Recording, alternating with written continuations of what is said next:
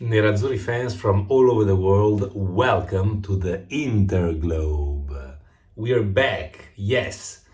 We have a Qatar 22 report for the Inter players just to have a look and see how they played and who shined and who didn't. I would probably like to start with the shadows and end up on the lights.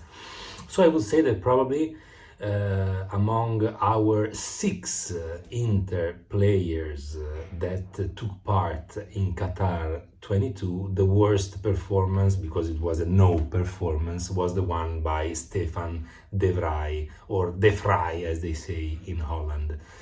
He just was coming from a period in which even in Inter didn't do very well, and I would say justly he was left on the bench, also because the central defenders of Holland, starting of course with Van Dijk, are incredible. And so I think it's a good moment for De Vrij because he's kind of in a crossroads of his career as well. He has to renew his contract with Inter, which will be over in the coming June. So he's really in a moment of transition. He lost because he passed away Raiola, his agent. So he's also looking now into his new future in terms of who will take care of his interests.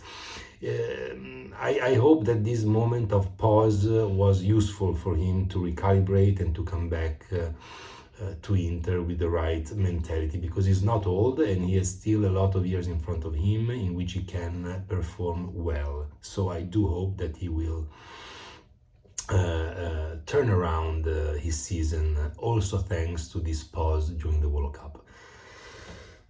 Second to last, let's say the fifth player in our charts for the six Inter players that were in Qatar is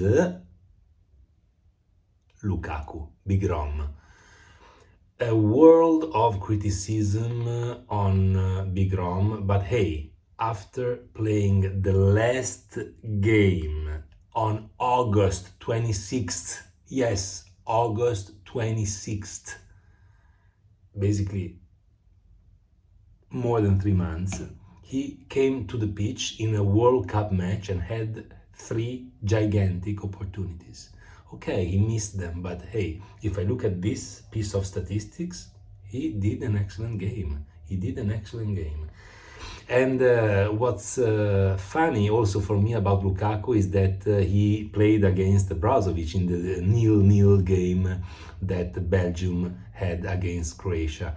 And it's always fun when you see Inter players against each other. But I want to say that Lukaku, for me, had a positive impact on the cup. And if God wants, he's going to be back on the 4th of January with Napoli at full speed for the rest of the season, because we didn't have him basically in the first part. But I actually was more positive than most critics about Lukaku's performance with Belgium. Stepping up to number 4, we have Onana. Why did I put Onana in number 4? First of all, because he established a record in the World Cup history by touching 26 of the 61 balls that he touched during the game out of the penalty box.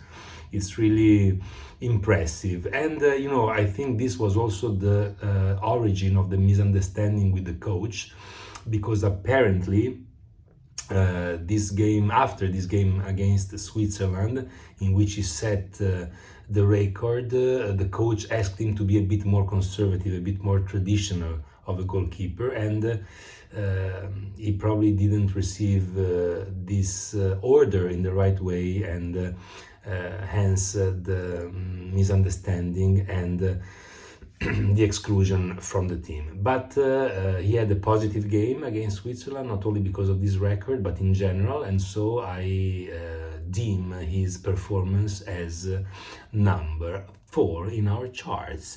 Moving on to number 3, we have Dumfries at number 3. I put him here because he scored 2 assists and 1 goal. He scored 1 goal and made 2 assists in the game against United States, so he was massive in terms of performance there. And then, of course, Holland went on to play against Argentina, a game that Argentina, by the way, was winning 2-0 in the minute 79, minute in which I bet 200 euros on Argentina's victory to win 202, by the way, and I lost everything. I lost 200 euros. So I was totally pissed during that game, but it was an epic game, and I have to say that I didn't enjoy at all the behavior of Dumfries during that game with Argentina. Not only he played bad and caused the penalty that basically contributed to make Argentina take the lead, but he also behaved horribly during the penalty kicks by walking up to Lautaro before the last penalty and by telling him things together with other three players of Holland. And I think that this behavior, especially considering that he's a teammate of Lautaro, is unacceptable. To the point that if I was Inter, I would probably fine him for this behavior. Or at least I would like to go deeper in understanding what did Dumfries say to Lautaro in that circumstance. Because Dumfries, after being expelled, sent off at the end of the penalty kicks, said that he had his own reasons for doing that. But he didn't explain.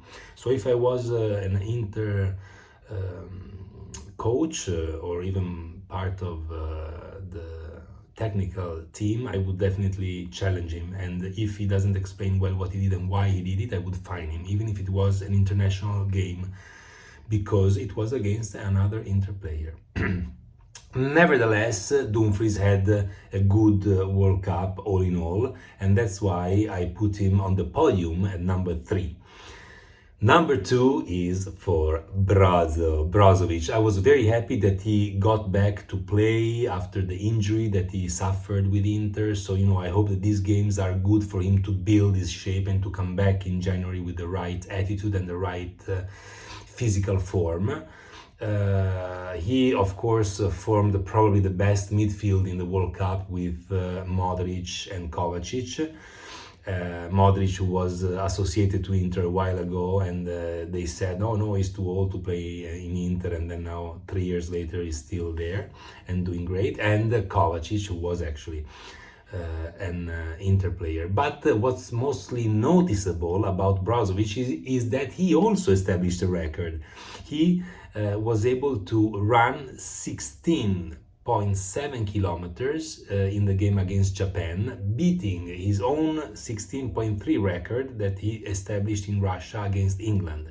So basically he ran in the 120 minutes, of course, 16.7 kilometers. So this really shows that Brozovic is the engine of any team. Çalhanoğlu did perfectly in substituting him, but I would put him back on the wing, and by inserting Brozovic, I think that we will gain power in our engine. So very good performance and third place in the World Cup. So hey, that's fantastic. Okay, previous edition they lost in the final, and so they were second, but still, that's fantastic achievement for such a small country. Number 1 in our charts, Lauti. Amazing Lauti. Not really in terms of how he played in the World Cup, let's be honest. He didn't play well.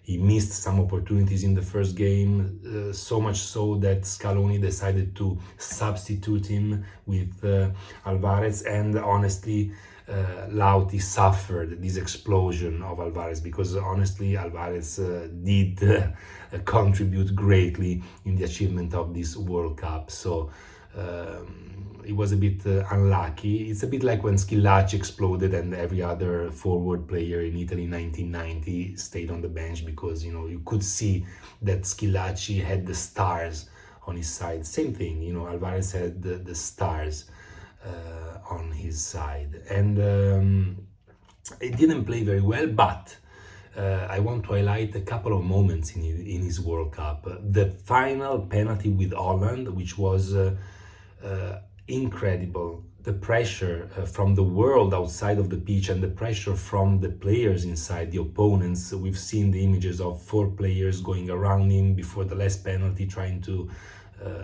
distract him. and he shot an impeccable, fantastic penalty, which wasn't easy at all, because a fraction of a second before shooting, the goalie was still there standing. So he didn't know where the goalie would dive.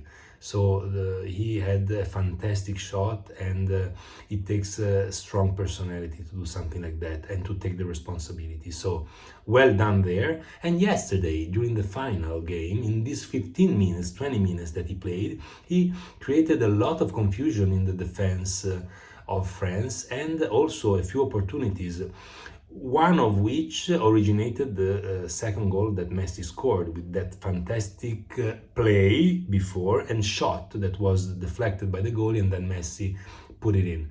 So that was fantastic. The icing on the cake would have been that header in the very end, because really it was pretty easy for him to score with that sort of header, but he wasn't lucky. Anyway, for a player that wins the World Cup, I have to put him first in the charts. So, summarizing, we have from the worst to the best, De Vrij, Lukaku, Onana, and then on the podium, Dumfries at number 3, Brozovic at number 2, and Lauti at number 1. By the way, since 1982, there's always at least one Inter player in the finals, and this year we confirmed this tradition with Lauti. Having said that, this is it for the report from Qatar 22, and now we're going to dive back in Serie A, thank God. Merry Christmas to everyone, and see you soon. Please, if you enjoyed this video, leave a comment, leave a like, and subscribe. Please subscribe to the channel, it's very important for me. That's all, friends, and have a fantastic day, and as always, Forza Magica Inter!